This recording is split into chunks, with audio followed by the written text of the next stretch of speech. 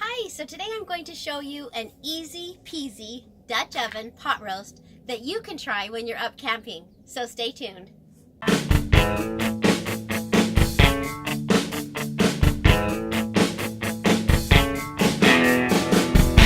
Hi, I'm Holly with Let's Go Now Adventures, and today we're up at beautiful Quail Creek State Park.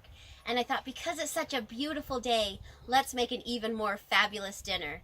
So today I'm going to show you an easy way to make Dutch oven pot roast. So here's how you make it. Okay, this pot roast is so simple. All you need are a few onions. I've got some potatoes, some carrots, a really nice sirloin tip pot roast, some basil leaves, cream of mushrooms, salt and pepper, and a little bit of butter.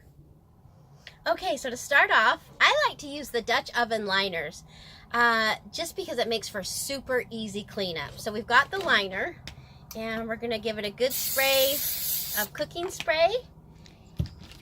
Okay, so we've got everything into the pot, and it looks yummy. I'm so excited for this.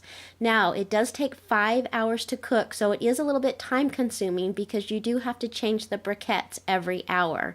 But let's get started. We'll put the lid on, and you'll want 16 briquettes on top and then 8 briquettes on the bottom. And we'll let that cook for an hour before we go ahead and change the briquettes.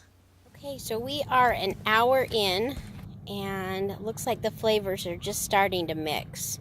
So I'm going to change the briquettes and keep them going. Hey, so the pot roast was a success. The meat just fell apart and it was delicious. If you tried this recipe, leave a comment below and let us know how it worked out for you. If you like this video, hit the like button. Also, if you'd like to be a part of our Let's Go Now adventure family, hit the subscribe button and you will be notified the next time we put out more videos. So from Let's Go Now Adventures, we'll see you next time.